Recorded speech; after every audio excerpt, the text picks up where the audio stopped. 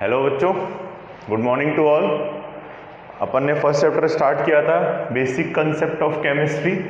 वहाँ पे मैंने आपको मैटर और प्योर सब्सटेंस से रिलेटेड बहुत सारी बातें आप लोगों को बताई थी। कुछ नोट्स मैंने आपको प्रिपेयर करवाए थे, कुछ डेफिनेशंस मैंने आपको राइट डाउन करवाई थी। आई होप आप लोगों ने लिख ली होगी। मैंने कुछ रिविजन्स भी करवाए आप लोगों को जूम सेशन में। आज अपन बात करने वाले हैं फिजिकल और केमिकल प्रॉपर्टी की। किस किस की? फिजिकल और केमिकल प्रॉपर्टी। मैंने कुछ डिफरेंसेस अभी लिखे हैं, बाकी कुछ और लिखूंगा। आप लोगों की बुक में इनको कंबाइंड फॉर्म में दे रखा है। मैंने इनको इंडिविजुअल एज ए डिफरेंस की तरह आप लोगों को एक्सप्लेन किया। अगर सिर्फ फिजिकल प्रॉपर्टी पूछे तो आप फिजिकल प्रॉपर्टी का डिस्क्रिप्शन दे दीजिए, सिर्फ केमिकल प्रॉपर्टी पूछे तो सिर्फ केमिकल प्रॉपर्टी का डिस्क्रिप्शन दे सकते हैं, कोई प्रॉब्लम नहीं है इसके अंदर। अब देखो, सबसे पहले फिजिकल प्रॉपर्टी। फिजिकल जो फिजिकली अपीयर हो, जैसे सबसे कॉमन पहले एक एग्जांपल से बात करते हैं। वाटर का क्या कन्वर्जन आइस में, फिर वाटर का वेपर में। तो आप लोगों को फिजिकल अपीयरेंस जो है वो डिफरेंट दिख रहा है। इसमें आइस है, इसमें वाटर है और इसमें आप लोगों के क्या है, वेपर है। तीन अलग अलग स्टेजेस आप लोगों को क्वेश्चन में गिवन है कि एक केस में आप लोगों को आइस है, एक केस में आप लोगों को वाटर है और एक में, तो इनकी अलग अलग फिजिकल अपीयरेंस।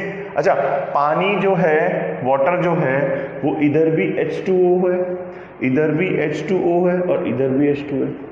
तो उसके केमिकल कंपोजिशन में कभी भी चेंज नहीं होता, सिर्फ फिजिकल में। यहाँ पे वो सॉलिड फॉर्म में है, यहाँ पे वो लिक्विड फॉर्म में है, यहाँ पे वो गैस फॉर्म में या वेपर फॉर्म में है।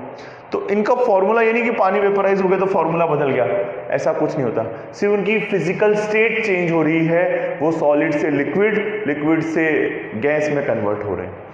तो इस चीज का ध्यान रखना कि फिजिकल मतलब फिजिकल अपीयरेंस में चेंज होना। फिजिकल प्रॉपर्टी में किस बात को एक्सप्लेन करते हैं? फिजिकल अपीयरेंस की बात की जाती है बेसिकली। आई होप ये वाली बात आप लोगों को समझ में आ गई होगी। नेक्स्ट, अब देखो आगे की बात समझो। Physical properties that can be measured without changing the chemical composition of matter, कि बिना किसी चेंज के। अब पहला डिफरेंस की बात करें कि उसमें जो है केमिकल कंपोजिशन, मतलब अपन ने जो देखा वाटर तीनों फेज में H2O ही था, उसके केमिकल कंपोजिशन में किसी भी तरह का चेंज नहीं हुआ। आई होप ये वाला पॉइंट क्लियर होगा। First point, physical property that can be measured without changing, underline कर लेना, without changing chemical composition of the matter, की जैसा रहता है वैसा ही केमिकल कंपोजिशन H2O का जो रेशियो था वो H2O उसी रेशियो में अवेलेबल रहता है। लेकिन जब केमिकल प्रॉपर्टीज की बात की जाती है तो chemical properties are that can be measured by changing the chemical composition of the substance. इसमें क्या होता है, केमिकल कंपोजिशन चेंज हो जाता है। मतलब मैंने ऐसे लिया, यह देखो कार्बन प्लस ऑक्सीजन था। कार्बन जो है वो सॉलिड फॉर्म में था, ऑक्सीजन जो है वो गैस फॉर्म में था। बाय प्रोडक्ट आप लोगों का क्या आ गया, CO2, एक नई चीज बन गई। तो केमिकल कंपोजिशन बदल गया, उनकी बॉन्डिंग बदल गई, उनकी शेयरिंग बदल गई, उनके साथ वाला एटम बदल गया। जबकि फिजिकल में सॉलिड, लिक्विड थी और गैस, तीनों फेज में वो एक ही तरह का था। तो केमिकल कंपोजिशन देखो। या फिर एक और एग्जाम्पल ले लूँ, 2H2 गैस फॉर्म में है, O2 आप लोगों का क्या बन रहा है, वाटर। ये वेपर फॉर्म में बन सकता है या लिक्विड फॉर्म में बन सकता है, डिपेंड करता है टेम्परेचर पे। ठीक है, तो फिजिकल प्रॉपर्टी में फिजिकल अपीयरेंस चेंज होता है। केमिकल प्रॉपर्टी में क्या होता है, फिजिकल अपीयरेंस चेंज होता है, लेकिन केमिकल कंपोजिशन कभी भी चेंज नहीं होता। जो फॉर्मूला स्टार्टिंग में था वही फॉर्मूला स्टार्टिंग में रहता है। लेकिन केमिकल में दोनों को ऐड किया तो नया ही मॉलिक्यूल बन गया, जिसकी प्रॉपर्टी इन दोनों से डिफरेंट होती है। कार्बन प्लस ऑक्सीजन बन गया, आप लोगों को क्या बन गया, कार्बन डाइऑक्साइड। तो इसकी प्रॉपर्टी पहले वाले से एकदम डिफरेंट होती है। इस तरीके से केमिकल कंपोजिशन की बात की जाती है। फर्स्ट पॉइंट आप लोगों को क्लियर होगा। आई होप ये वाली बात समझ में आ गई होगी। ये फिजिकल। नेक्स्ट है identity of the substance remain same. वही identity of the substance remain same. इसमें देखो आइडेंटिटी ही नहीं बदल के आ गई, आइडेंटिटी जो है एक नई मॉडिफाई हो गई।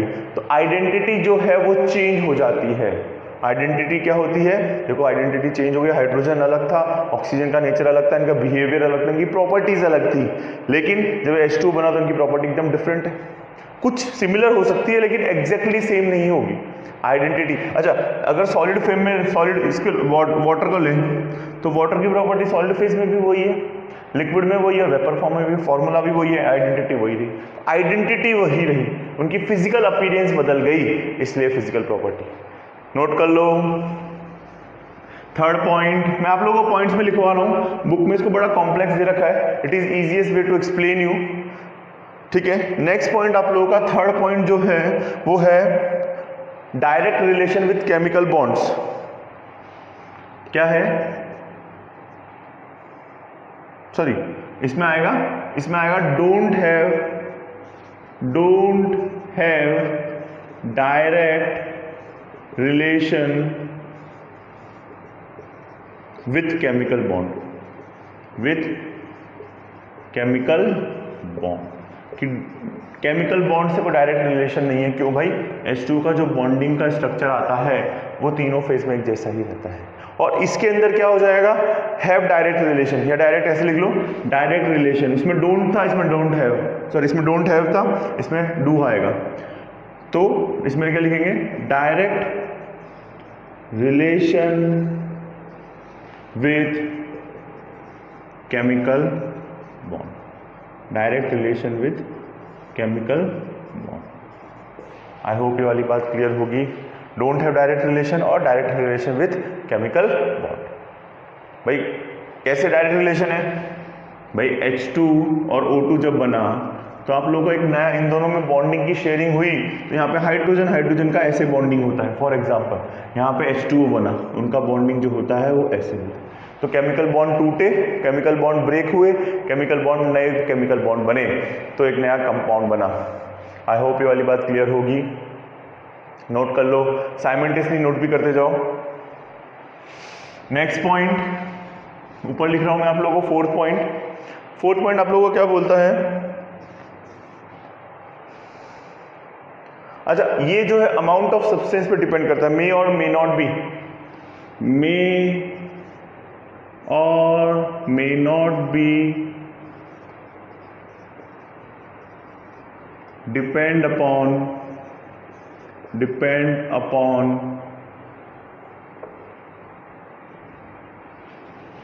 Amount of substance.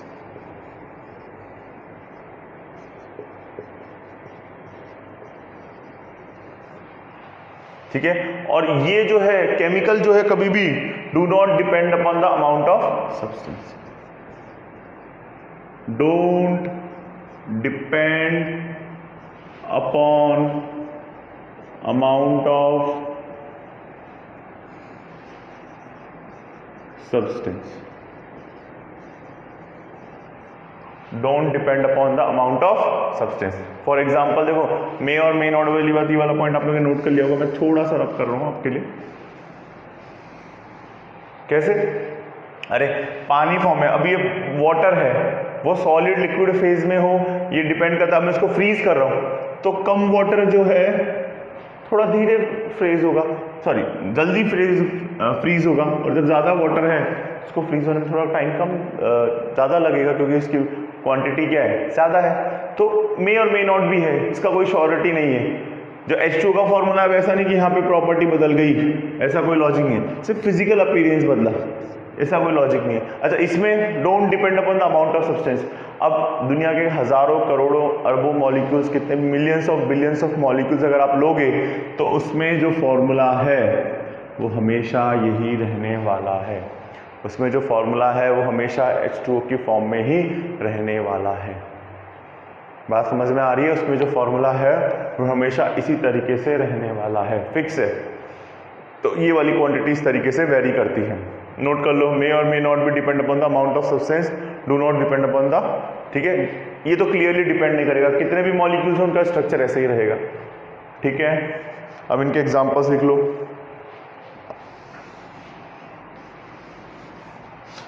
आप लोगों का आएगा डेंसिटी, फर्स्ट पॉइंट में आ जाएगा कलर। अब कलर का थोड़ी पानी दूसरा कलर ले लेगा, या कलर लेस होता तो कलर लेस ही रहेगा। वॉल्यूम जो रहता है वही रहता है, ठीक, कुछ केसेस में बदल जाता है। फिर जो होता है मास,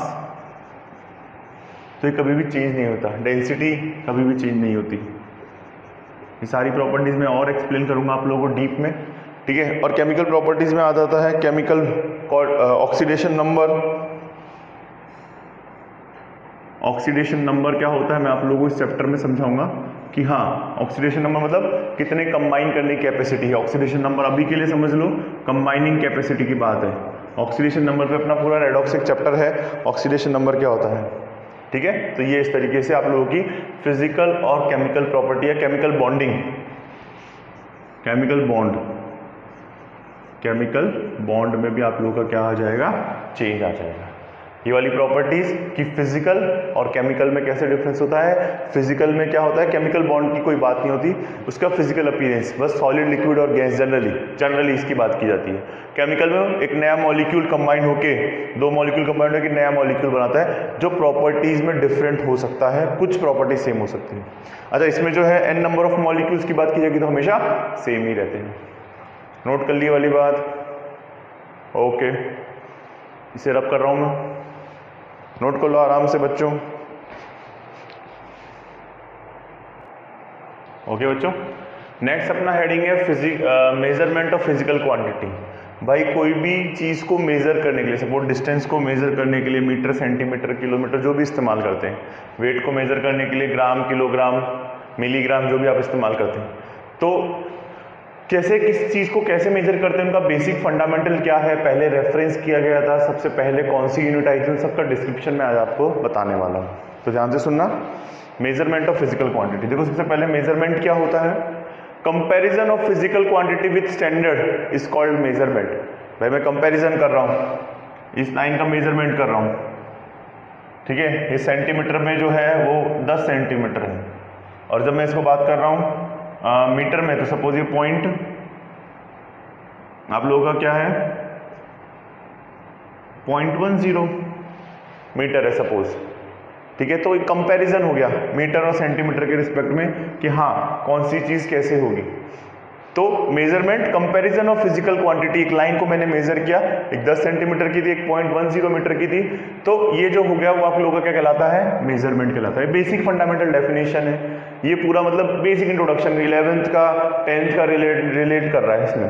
अब जो नया टॉपिक नेक्स्ट क्लास जो आएगी वो मेरा law of conservation of mass, जो मेन 11th जो आपका स्टार्ट होगा मोस्टली वो नेक्स्ट में मेजर चीजें नेक्स्ट क्लास से स्टार्ट होगी आप लोगों के नेक्स्ट लेक्चर से। फिर देखो यूनिट्स क्या बोलते हैं, ये बेसिक डेफिनेशंस है, मैंने अपने ओन वर्ड्स में लिखी, आप लोगों की यहाँ से प्रेफर कर सकते हो क्योंकि बुक में बहुत कंफ्यूजिंग दे रखा है। इससे अच्छा आप नोट्स पढ़ो, उसमें सब पैकेज मिलेगा आपको, कुछ आगे और कुछ भी एक्स्ट्रा करने की जरूरत नहीं है।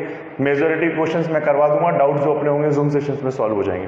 देखो units, some standard against which the comparison of physical quantity can be done is called unit. अब देखो ये एक यूनिट इस्तेमाल की मैंने, एक यूनिट इस्तेमाल की तो क्या होता है, some standard against which comparison of physical quantity, compare करने के लिए, ये क्या लिया सेंटीमीटर मीटर, इसे क्या बोल गया यूनिट, सेंटीमीटर एक यूनिट हो गई, जैसे किलोग्राम, केजी एक यूनिट हो गई, फिर ग्राम हो गई, तो बोलूँ कितना है हाफ केजी, ग्राम में 500 ग्राम्स, तो वैसे ही ये क्या कहलाती है, यूनिट्स कहलाती है। क्या कहलाती है आप लोगों के, यूनिट्स कहलाती है। नोट कर लो, ये बेसिक डेफिनेशंस है। अब अपने क्या हुआ, इतने सालों की सेंचुरी अपने, ठीक है, अलग अलग यूनिट्स मेजरमेंट, पहले तो लोग हाथ से ही चीज़ों को मेजर कर लेते थे डिस्टेंस को कि इतना दे दे भाई, एक बिलान बोलते हैं, ठीक है। तो वैसे ही क्या करते थे, अलग अलग फंडे थे मेजरमेंट के। कैसे, देखो सबसे पहले यूनिट कौन सी आई, फिर उसके बाद कौन सी है, अब करंटली कौन सी चल रही है, और उनका क्या लॉजिक में अपन को दिया गया वो अपन को बताया गया है। क्या सबसे पहले जो आई आप लोगों की सीजीएस यूनिट आई, सीजीएस, ठीक है, सीजीएस सिस्टम बोलते हैं इसे, सीजीएस, सिर्फ नाम लिख लो, आप लोगों की बुक्स में इसका पूरा डीप एक्सप्लेनेशन नहीं है, फिर भी मैं बताऊंगा आप लोगों के। सीजीएस में सबसे पहले जो थे वो सेंटीमीटर में, डिस्टेंस को कैसे मेजर करते थे, सेंटीमीटर, ग्राम और सेकंड, टाइम को किस में मेजर करते थे, सेकंड में। तो इसका क्या होता था, सीएम लिख लो, सेंटीमीटर, ग्राम और सेकंड। सबसे पहले जो यूनिट का मेजरमेंट किया गया उसे सीजीएस यूनिट बोलते हैं। उसमें क्या होता है आप लोगों का, सेंटीमीटर, ग्राम, सेकंड, बस आपको लोग पता होना चाहिए कब है। मेन जो चल रहा है वो अपना ऐसा यूनिट समझो चल रहा है, इंटरनेशनल सिस्टम, ठीक है, वो उसको बाद में एक्सप्लेन करेंगे, पहले फर्स्ट में सिर्फ नाम लिख लो। फिर आप लोगों का आता था, उसके बाद सेकेंड ट्रेंड जो आया अब इतने सालों की सेंचुरी में, ठीक है, अंग्रेज आए, एफपीएस सिस्टम आया, कौन सा सिस्टम आया? FPS system. ठीक है, इसका क्या होता था? फुट, पाउंड और सेकंड। फुट, पाउंड और सेकंड। फुट जो है आप लोगों का डिस्टेंस मेजर करने के लिए फुट इस्तेमाल करते थे, फुट बोलते थे या फीट बोलते थे? फुट ही बोलते थे इसे। फुट, पाउंड वेट को मेजर करने के लिए, ठीक है, पाउंड और सेकंड। ये सेकंड यूनिट थी, सिर्फ नाम पता होनी चाहिए, दैट्स इट, आप लोगों को आइडिया होना चाहिए। फिर आप लोगों का आया MKS, थर्ड यूनिट आया MKS सिस्टम। कौन सा सिस्टम आया? MKS system. MKS सिस्टम में आप लोगों को क्या क्या आया? इसे बोलते हैं मीटर, किलोग्राम और सेकंड। MKS आप लोगों का क्या हो जाएगा? मीटर, किलोग्राम, केजी लिख रहा हूँ, किलोग्राम और सेकंड। ये डिफरेंट यूनिट सिस्टम आए अलग अलग सेंचुरीज में। स्टार्टिंग में जब अंग्रेजों का टाइम आया था फुट, पाउंड और सेकंड आया, उसके बाद MKS चला, मीटर, किलोग्राम, सेकंड। और अब पूरे वर्ल्ड ने क्या किया कि अलग अलग जगह सेंटीमीटर, यहाँ पे कुछ और था, चाइना में चले जाओ तो कुछ और, ठीक है। बट अभी भी पूरा इंटरनेशनल वर्ल्ड जो है आपस में कंपेरिजन करने के लिए एक इंटरनेशनल सिस्टम जिसे बोलते हैं SI सिस्टम, ठीक है, SI सिस्टम को कंसीडर किया जाता है। इसे नोट कर लो, फिर मैं इसे रब कर दूंगा आप लोगों के लिए।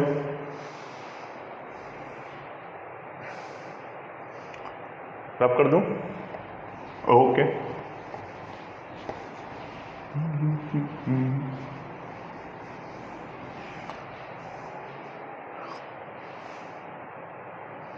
नेक्स्ट आता है आपका SI unit, SI system, international system बोलते हैं। इंटरनेशनल में पूरा वर्ल्ड जो है अभी इसी को फॉलो करता है। सिस्टम 1960 में ये साइंटिस्ट के थ्रू दिया गया, पूरा वर्ल्ड अभी करंटली जो है इसको फॉलो करता है। इसमें देखो 7 बेसिक फंडामेंटल्स, भाई कोई तो रेफरेंस लेना पड़ेगा ना अपन को कि पूरा वर्ल्ड किसको हो, तो 7 बेसिक फंडामेंटल्स दिए गए, उनको मैं नाम लिख रहा हूँ आप लोगों के लिए। सबसे पहले लेंथ को जो है, लेंथ को किस में मेजर किया गया? आप लोगों के मीटर में। अब जहां भी लेंथ कंपैरिजन करते हैं सबसे पहले मीटर, फिर कन्वर्जन जरूर है लेकिन लेंथ हमेशा मीटर में। इसका सिंबल जो है वो स्मॉल m होता है मीटर का। फिर मास को किस में मेजर करते हैं? फर्स्ट 7 बेसिक फंडामेंटल्स, मास को जो है वो आप लोगों को किलोग्राम में, किलोग्राम में मेजर करते हैं। इसका सिंबल जो है वो kg है। फिर आप लोगों का टाइम जो है थर्ड, टाइम किस में मेजर करते हैं? टाइम जो मेजर करते हैं वो सेकंड में मेजर करते हैं। नोट करते जाओ, ठीक है। इसका सिंबल जो है स्मॉल s। फिर टेम्परेचर को केल्विन में मेजर करते हैं। टेम्परेचर को किस में मेजर करते हैं? केल्विन में।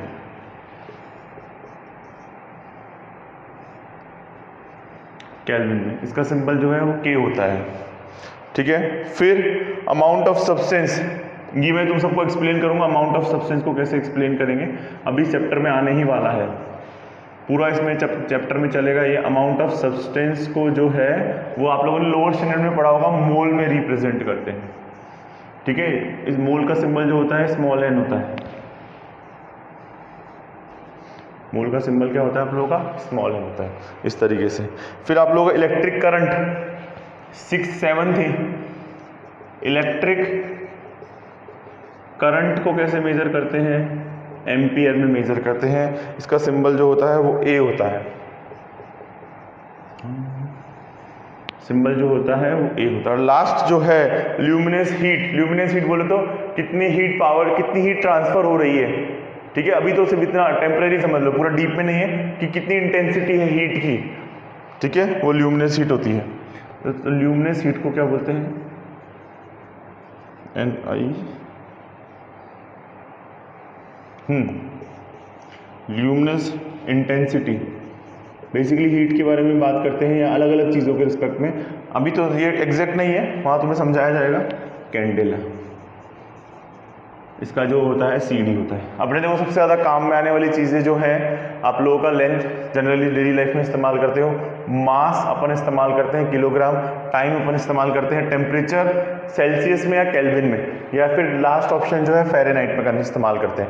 फिर अमाउंट ऑफ सब्सटेंस, मोल क्या होता है, मोल का पूरा झोल आपको आ जाएगा नेक्स्ट मतलब फर्दर लेक्चर्स में, इसी चैप्टर में एक्सप्लेन किया जाएगा कि क्वांटिटी के रिस्पेक्ट में मोल लिया जाता है, ठीक है। फिर करंट को तुम लोगों को पता है, करंट को एम्पियर, और ल्यूमिनस हीट इंटेंसिटी को। ये मेजर टॉपिक जो है ये 5 जो है केमिस्ट्री में आने वाले। ये 2 अपने काम के ज़्यादातर पॉपुलर नहीं है, इतने ज़्यादा काम में नहीं थे, लेकिन ये रेफरेंस है। अब सर लेंथ का मुझे सबसे पहले दुनिया में बोला गया, तुमसे सुनना, कि ये बोला गया कि यहाँ से लेके यहाँ तक का वेट, सपोज ये 1 मीटर है, 1 m है, या इसका वेट जो है वो 1 kg है। तो एक बार बताओ सर, ठीक है, आपने बोला मैं मेजर करता हूँ, इलेक्ट्रिक जो भी आता है इलेक्ट्रिक कांटे पे रखा, तो अपने देखा कि 1 kg को अपन इजीली मेजर कर रहे हैं। अब देखो ये तो ठीक है, लेकिन दुनिया में सबसे पहले कोई भी क्वांटिटी 1 kg को कैसे डिफाइन किया गया, या सबसे पहले 1 मीटर की यही इतना ही यहाँ से लेके यहाँ तक की 1 मीटर होगा, कैसे पता चला? तो अपन ने क्या किया, हर एक चीज का रेफरेंस लिया, हर एक चीज का क्या किया, रेफरेंस लिया, कि भाई मान लिया सपोज कि पूरी दुनिया में ये, सपोज मैंने इसको माना ये 1 kg है, इससे कंपेयर करके निकाला कि हाँ ये इसका 1/2 kg है, तो ये एक रेफरेंस वेट है पूरी दुनिया के लिए। क्या हो गया आप लोगों का, ये फोन जो है आप लोगों के लिए क्या हो गया, एक रेफरेंस वेट हो गया, जिससे कंपेयर करके आप किसी का भी निकाल सकते हो।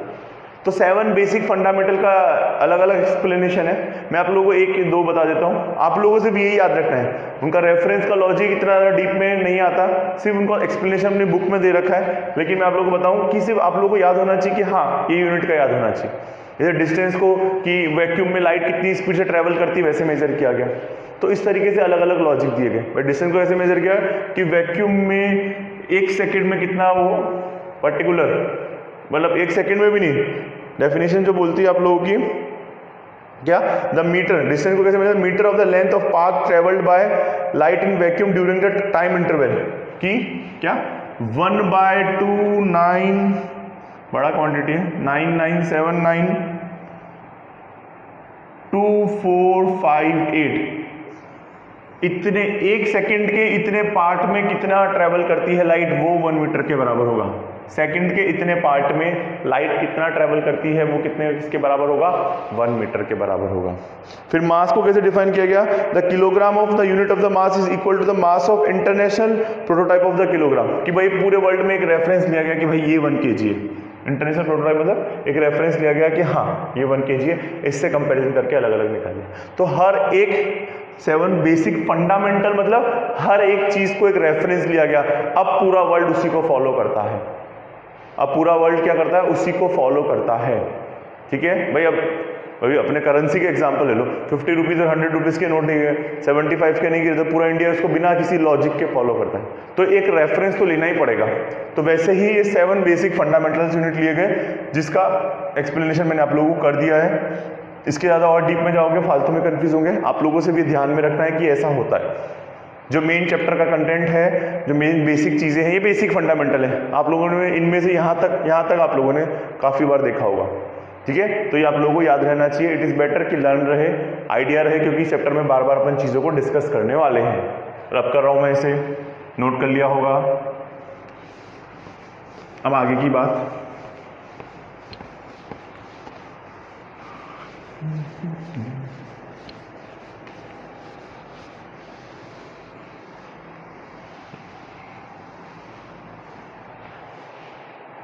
ठीक है।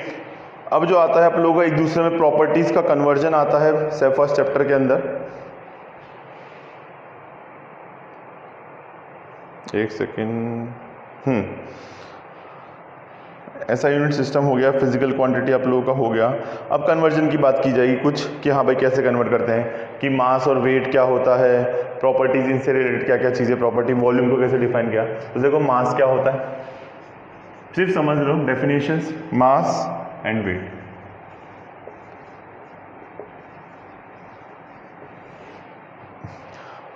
मास क्या होता है, the amount of substance, sorry, the mass of the substance is the amount of matter present in it.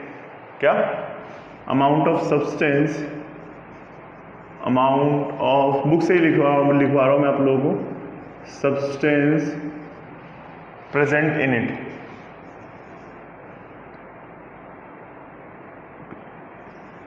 Present in it, ठीक है।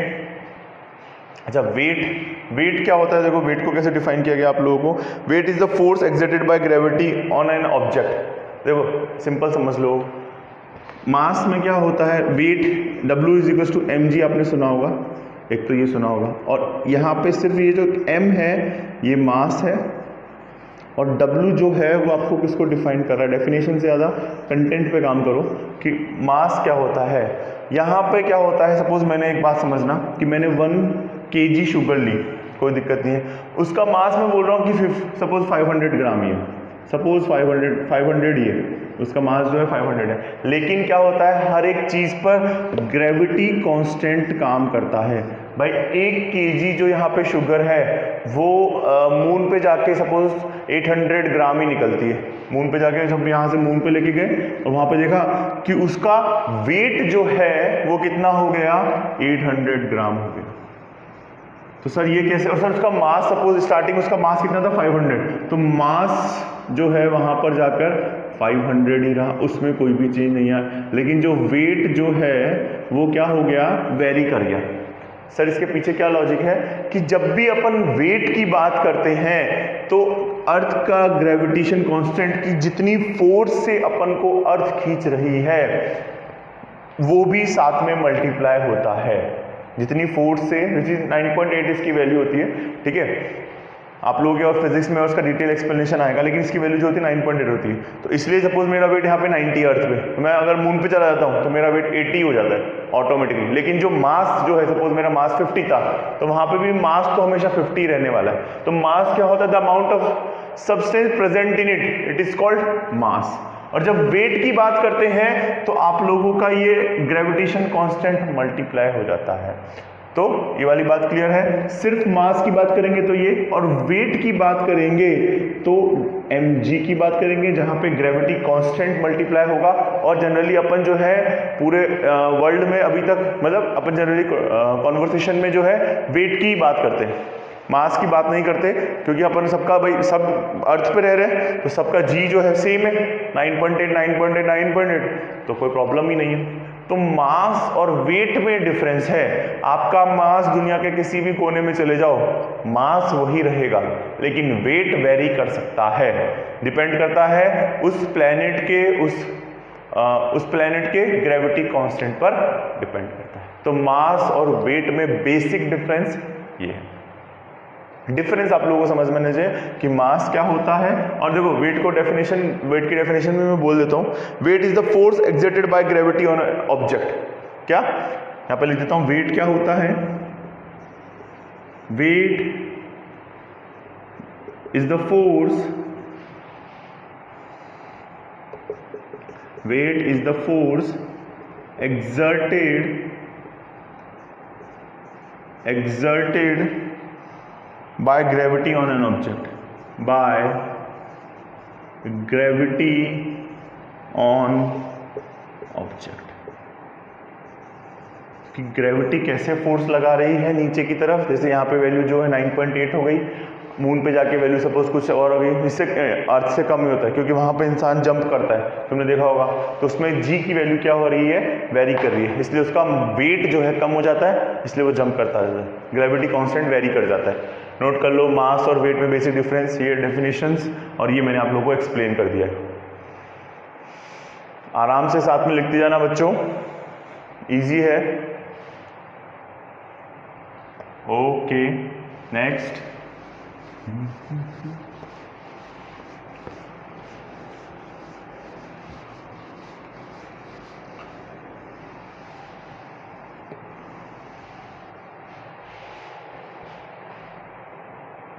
मास वेट आप लोगों का हो गया, फिर आप लोगों का आता है volume.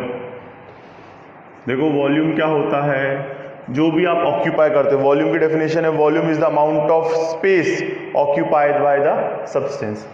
Volume is the amount of space, volume is the amount of space occupied by substance. ठीक है भाई, अलग अलग चीज़ों का वॉल्यूम, जनरली सॉलिड में वॉल्यूम जो है वो कम होता है। मैंने 1 kg वाटर लिया, ठीक है, मतलब सॉलिड के रिस्पेक्ट में, वाटर के रिस्पेक्ट में अलग काम करता है वॉल्यूम। मतलब अब ये वॉल्यूम, इसका वॉल्यूम सपोज और बढ़ गया, मैंने उसको वेपराइज कर दिया, वॉल्यूम और बढ़ गया।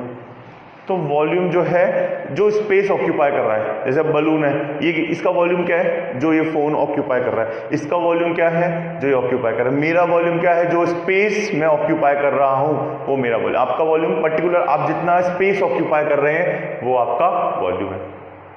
इसके डिफरेंट कन्वर्जेंस वाली यूनिट बात दे रखी है। जनरली जो वॉल्यूम जो है, सिर्फ कर रहा हूँ, जनरली वॉल्यूम जो है वो 1 लीटर में मेजर करते हैं।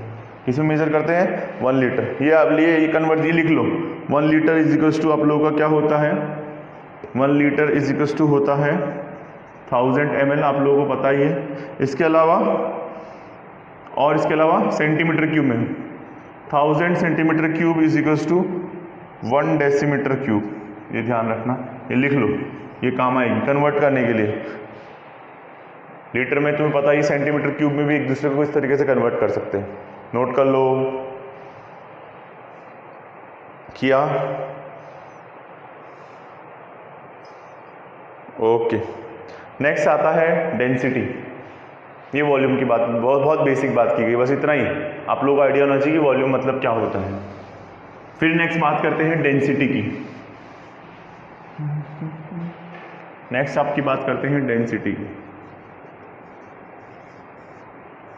अगर डेंसिटी की बात की जाए तो डेंसिटी जो होता है आप लोगों को पता है, सिर्फ फॉर्मूला, डेंसिटी जो होता है मास पर यूनिट वॉल्यूम। डेंसिटी क्या होता है, मास पर यूनिट वॉल्यूम, ठीक है, मास पर यूनिट वॉल्यूम। अच्छा, मैं बात करूं एक नॉर्मल ग्लास ऑफ वाटर की बात करूं, या एक बलून में मैंने पानी भर दिया, एक बलून लिया, इसमें वाटर भर दिया लिक्विड फॉर्म में, ठीक है, सिंपली टैप वाटर भर दिया, और एक बलून में जो है मैंने वेपर भर दी, वाटर की क्या करी, वेपर, बहुत ज़्यादा नहीं, वेपर भर दी। तो किस में डेंसिटी ज़्यादा होगी, देखो इसमें पर्टिकुलर वॉल्यूम के अंदर पूरा भर दिया, मास क्या होगा, ज़्यादा, क्योंकि वॉल्यूम तो अपन मान रहे फिक्स है भाई, अपन बोल रहा हूँ। अच्छा, एक ग्लास ऑफ वाटर ले लो या कुछ भी, अपन अगर मैं वॉल्यूम को फिक्स रखूँ और सिर्फ मास बढ़ाऊँ तो क्या हो जाएगा, डेंसिटी क्या होगी, इंक्रीज होगी। मैं सपोज बोल रहा हूँ कि वॉल्यूम फिक्स है, ठीक है, 1 डेसीमीटर क्यूब का मैंने वॉल्यूम ले लिया, अब मैं इसमें मास बढ़ा रहा हूँ, इसमें मैंने एक तरफ वाटर भरा और एक तरफ वेपर भरी, तो वाटर ऑब्वियसली बात इसका मास ज़्यादा है, तो जिसका मास ज़्यादा है उसकी डेंसिटी क्या हो जाएगी, ज़्यादा, ठीक है, और जिसका मास कम है, वेपर फॉर्म में मास, मॉलिक्यूल्स दूर दूर होते हैं तो मास क्या है, कम है, तो डेंसिटी क्या हो जाएगी आप लोगों की, कम हो जाएगी। तो डेंसिटी क्या हो गई, डायरेक्टली प्रोपोर्शनल क्या हो गई, मास की, और डेंसिटी किसके प्रोपोर्शनल हो गई, वॉल्यूम के क्या होती है, इनवर्सली प्रोपोर्शनल। बस सीधा फंडा है, सीधा सा लॉजिक है, तुम लोगों को क्लियरली दिख रहा है। ये मास पर unit volume is known as density, that's it. लिखा, नोट कर लो बच्चों, ओके, इसे रब कर रहे हैं बच्चों।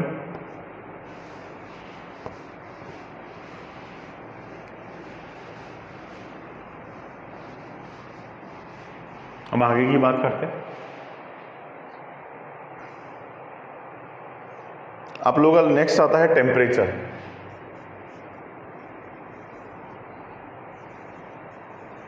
क्या आता है, टेम्परेचर। अच्छा, टेम्परेचर का एक सीधा सीधा टेम्परेचर क्या होता है, किसी का भी मेजर करने का तरीका, जैसे 3 टेम्परेचर, किसी को भी मेजर, किसी का टेम्परेचर को टेम्परेचर ही बोलते हैं बेसिकली, कि टेम्परेचर किसका एनर्जी, एक तरीके से टेम्परेचर को एनर्जी भी बोल सकते हैं, चेंज इन एनर्जी, तो कितना हो रहा है, तो उसको मेजर करने का तरीका, जो 3 यूनिट है टेम्परेचर की, वो बेसिक जो है वो है फ़ारेनहाइट, आप लोगों ने सुना होगा, डिग्री फ़ारेनहाइट, डिग्री सेल्सियस और केल्विन, डिग्री केल्विन। तो मैं तीनों का कन्वर्जन आप लोगों को बता रहा हूँ, सिर्फ आपको रिलेशन ध्यान रखना है। फ़ारेनहाइट को कन्वर्ट करने के लिए एक फॉर्मूला दे रखा है, 9/5 डिग्री सेल्सियस प्लस 32, सीधा आप लोगों को फॉर्मूला लगाना है, ठीक है। सपोज मुझे 50 को कन्वर्ट करना हो तो कैसे करेंगे, देखो डिग्री फ़ारेनहाइट में कन्वर्ट करने के लिए क्या करेंगे, सेल्सियस को 50 डिग्री सेल्सियस को कन्वर्ट करना है, 50 डिग्री सेल्सियस को कन्वर्ट करना है फ़ारेनहाइट में टू फ़ारेनहाइट, डिग्री फ़ारेनहाइट। तो क्या करेंगे, यहाँ पे वैल्यू रख दो बस, 9/5 × 50 + 32, ये गया 10 डिग्री फ़ारेनहाइट में हो जाएगा 90 + 32 122 डिग्री फ़ारेनहाइट, सीधा सीधा तरीका है। ठीक है, इसके अलावा इसको सेल्सियस में कन्वर्ट करना हो तो सेल्सियस में कन्वर्ट करने का भी याद रखना, सेल्सियस में तो जस्ट अपोजिट हो ही जाएगा और ये क्या हो जाएगा, माइनस में चला जाएगा और कुछ भी नहीं है। अगर मुझे केल्विन में कन्वर्ट करना हो डिग्री सेल्सियस से, तो केल्विन में कन्वर्ट करने का क्या होता है, आप लोगों का होता है डिग्री सेल्सियस प्लस 273.15। बस जो भी बोला, मुझे बोला 5 डिग्री सेल्सियस को कन्वर्ट करो या 25 को कन्वर्ट कर दो केल्विन में। देखो केल्विन में 25 को कैसे कन्वर्ट करेंगे, 25 + 273.15 ये आ जाएगा आप लोगों का 298.15। तो इस तरीके से एक दूसरे में कन्वर्ट कर सकते हैं टेम्परेचर के बारे में। ये बेसिक इंट्रोडक्शन की चीज़ें थी, काफ़ी चीज़ें आप लोगों ने पढ़ी होगी। वीडियो के नोट्स आप लोग साथ में नोट करते जाओ, एग्जाम्पल्स नोट करो। और आप देखो मेन किस बात पे फोकस करना है, आप लोगों को समझने पे ध्यान देना है कि मुझे इधर समझ में आना चाहिए। साइंस में रट्टा मार के आगे प्रोग्रेस नहीं हो सकती, सिर्फ समझ के ही प्रोग्रेस हो सकती है। डेफिनेशन जरूर लर्न कर सकते हो, लेकिन कॉन्सेप्ट को आपको इधर समझना पड़ेगा। ये फॉर्मूला जरूर रट्टा मारना है, लेकिन किसको कैसे ऐड करने हैं, वॉल्यूम क्या होता है, मास क्या होता है, ये सारी चीज़ें तुम्हें समझनी ही पड़ेगी। ठीक है, तो आई होप ये वाली बात क्लियर होगी। तो आज के लिए इतना ही बहुत है। Thank you from my side, all the best बच्चों, बाय।